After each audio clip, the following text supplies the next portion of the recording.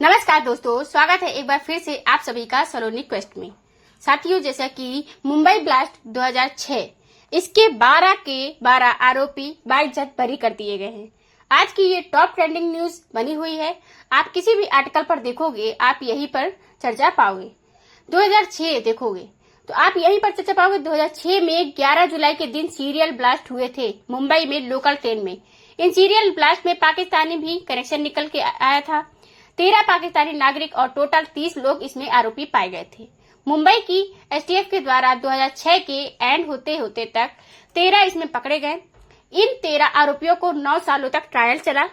2015 में इस पर फैसला आया। ये फैसला मकोका कोर्ट के द्वारा लाया गया था। इनमें से एक को बरी कर दिया गया, 12 को सजा सुनाई गई, जिनमें से 5 को फांसी की सजा और 7 को उम्र कैद की सजा सुनाई गई थी। लेकिन अब 2025 में 2015 के बाद 10 साल बाद लगभग में 2025 में 12 के 12 आरोपियों को बाइज्जत बरी कर दिया गया। कहा गया कोर्ट के द्वारा कि इनके खिलाफ कोई सबूत नहीं थे। पूरा मामला क्या है आज की वीडियो में डिटेल से हम लोग समझेंगे। लेकिन वीडियो में आगे बढ़ने से पहले एक आपसे रिक्वेस्ट है, अगर आप चैनल पर नए आए हो तो चैनल को सब्सक्राइब कर लेना, बेल आइकन को ऑन कर लेना, जिससे कि आपको ऐसे ही वीडियोस की आगे नोटिफिकेशन मिलती रहे। देखिए, अब इसको मैं सबसे पहले आपको प्रोवाइड करके बता दूं कि जैसे कि देखिए, जो द हिंदू आर्टिकल में भी आप देख सकोगे या दैनिक भास्कर किसी भी आर्टिकल में आप देख पाओगे कि 7/11 मुंबई अटैक इससे कहा गया। ध्यान रहे, ये जो अटैक हुआ था वो 11 जुलाई के दिन 2006 में हुआ था। मुंबई में बहुत सारे अटैक इससे पहले हुआ करते हैं, लेकिन ये वाला जो अटैक का जो अभी फैसला आया है, ये 11 जुलाई 2006 को मुंबई के लोकल ट्रेन में हुए सीरियल ब्लास्ट का केस है। तो इसमें देखिए, हाई कोर्ट ने सभी 12 आरोपियों को बाइज्जत बरी कर दिया है। इन्होंने कहा क्या है कि जो प्रोसिक्यूशन है, जो सरकारी वकील हैं, वो इनके खिलाफ सबूत इकट्ठा करने में या पर्याप्त सबूत प्रोवाइड करने में अक्षम रहे थे, तो सामर्थ्य नहीं पाए। तो इसमें क्या हुआ, 11 जुलाई 2006 को क्या हुआ था कि लोकल ट्रेनों में एक के बाद एक धमाके किए गए थे। इसमें बताया गया कि लोकल ट्रेनों की जो फर्स्ट क्लास की कोच रहा करती थी, उसमें कुकर के अंदर इसमें विस्फोटक रखे गए थे और सभी के सभी 7 कुकर में ब्लास्ट हुए थे। इन कुकर में बताया गया कि RDS अमोनियम नाइट्रेट, ये फ्यूल ऑयल और किलो से बने विस्फोटक इसमें रखे गए थे। और इसमें 6:24 से लेकर के 6:35 तक लगातार सीरियल ब्लास्ट हुए। मुंबई की लोकल कुल 7 धमाके हुए थे प्रेशर कुकर में, मतलब बताया जा रहा है। ठीक है, अब ये 7 ट्रेनों में, ये पश्चिम रेलवे लाइन की लोकल ट्रेनों में फर्स्ट क्लास के कंपार्टमेंट में हुए थे। इनमें खार, बांद्रा, जागेश्वरी, माइम, बोरीवाली, माटुंगा और मीरा भयंकर रेलवे स्टेशनों के पास ब्लास्ट किए गए थे। अब आपको अंदाजा लग जाएगा कि ये ब्लास्ट कितने ज्यादा खतरनाक थे, कितने भयानक थे। इस ब्लास्ट में साथियों 189 पैसेंजर की मौत हो गई थी और 824 लोग घायल हुए थे। आप देख सकते हो कि किस प्रकार से ट्रेनों की स्थिति हुई है। ट्रेन की स्थिति, ऐसी स्थिति जो लोहे की बनी होती है, तब आदमियों की क्या स्थिति हुई होगी इस ब्लास्ट में। इतने खतरनाक ये ब्लास्ट थे। फिर मुंबई की STF इस पर लगी, जैसे कि इसकी चार्जशीट दायर की गई जाती है और 30 लोगों को आरोपी बनाया जाता है, जिसमें से 12 को बताया गया पाकिस्तान से है। इनमें से 13 गिरफ्तार किए जाते हैं, 13 की गिरफ्तारी होती है। 9 सालों तक केस चलता है और 11 सितंबर 2015 को मकोका स्पेशल कोर्ट ने इस पर फैसला सुनाया।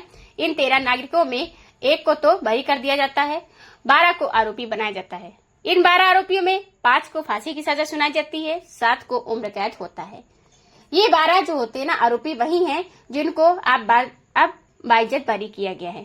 लिस्ट में अगर हम बताएं, लिस्ट आपको हम देंगे, लिस्ट में आप देख सकोगे कि लिस्ट में सबके नाम दिए हुए हैं जितने भी थे। इसमें से एक नाम ये भी है कि कमाल अहमद अंसारी का, जो कि 2021 में कोविड की वजह से इनकी मृत्यु हो गई थी। मतलब ये तो पहले ही मर गए थे।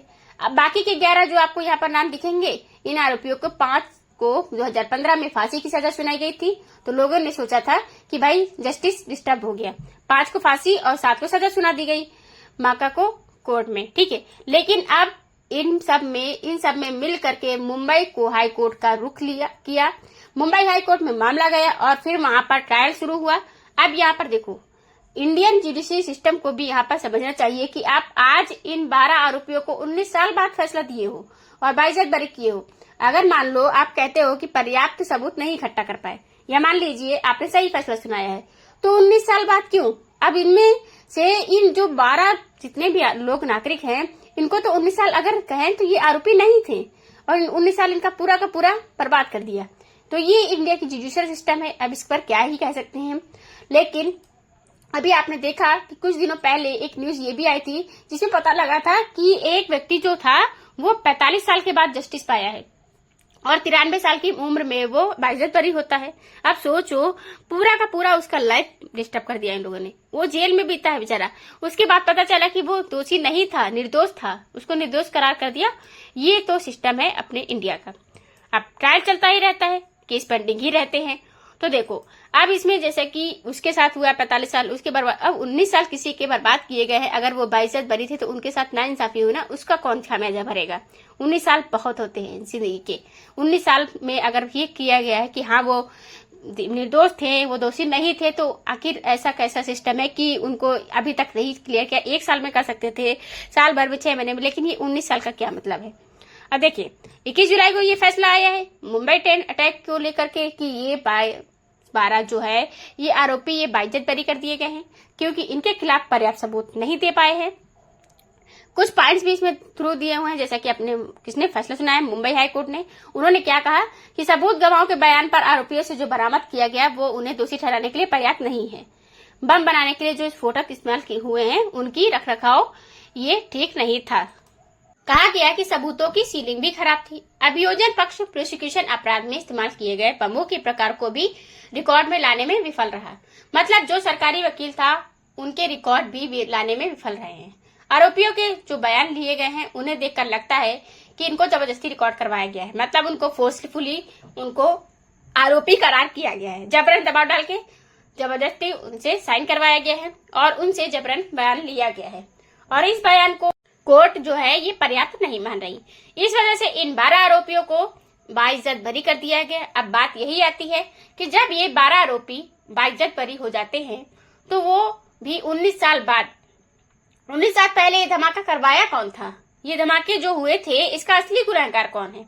फिर अगर ये 12 आरोपी बाइज्जत बरी कर दिए गए हैं तो असली कौन है भाई, ये भी तो अंदाजा लगाना चाहिए। ये जांच का विषय है कि आपको क्या लगता है कि 19 साल पुरानी फाइल दोबारा खुलेगी तो इसमें क्या सबूत रहे होंगे, क्या चीजें बची गई होंगी, क्या कुछ इन्वेस्टिगेशन में बचा होगा। इन्वेस्टिगेशन के लिए अब तो कुछ बचा ही नहीं है, लेकिन अब देखना होगा कि अब इसमें होता क्या है। फैसला 189 लोगों की जो जिंदगियां गई थी, 829 लोग जो घायल हुए थे, किसी का पैर इसमें गया, किसी का हाथ गया होगा, किसी को कुछ प्रॉब्लम्स आई होंगी, ये लोग को जस्टिस कब मिलेगा। अब इस फैसले से क्या लगता है कि मिल पाएगा इनको फैसला, क्या कहना है इसका पर आप इस पर बताइएगा जरूर। अब देखिए, 7/11 मुंबई ट्रेन विस्फोट मामला हुआ था। हाई कोर्ट ने 12 आरोपियों को बरी किया है और कहा क्या है कि भैया पूरी तरह हम विफल हो गए सबूत लाने में उनके खिलाफ, इसलिए इनको बाइज्जत बरी कर रहे हैं। आप इमेजेस को भी देख के बता सकोगे कि किस तरह से एक्सीडेंट हुआ होगा, किस तरह उसका हाल क्या रहा होगा। ट्रेन का जब ये हाल है, ट्रेन जो लोहे से बनी होती है तब इसका इस तरह से हाल है, तो आखिर में फिर वहां के जो लोग हैं उसमें ट्रेन में होंगे उनका क्या हाल हुआ होगा, उनकी क्या हालत होगी, आप इससे अंदाजा लगा सकते हो।